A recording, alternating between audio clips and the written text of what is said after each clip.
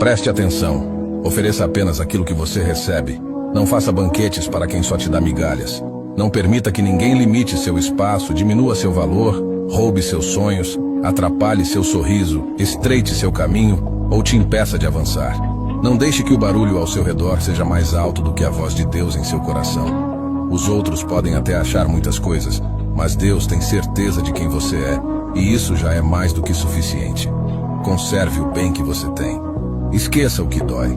Perdoe os que te feriram. Desfrute daqueles que te amam e valorizam. Lembre-se, uma pessoa verdadeiramente feliz não é aquela que possui tudo de melhor, mas sim aquela que tem a habilidade de transformar tudo ao seu redor em algo melhor.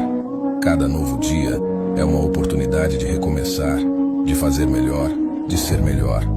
Nunca subestime o poder do bem que você faz, nem permita que as dificuldades te impeçam de ver as bênçãos em sua vida.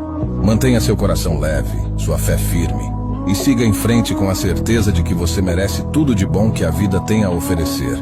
Deus abençoe a todos. Clique no botão de seguir e faça parte da família.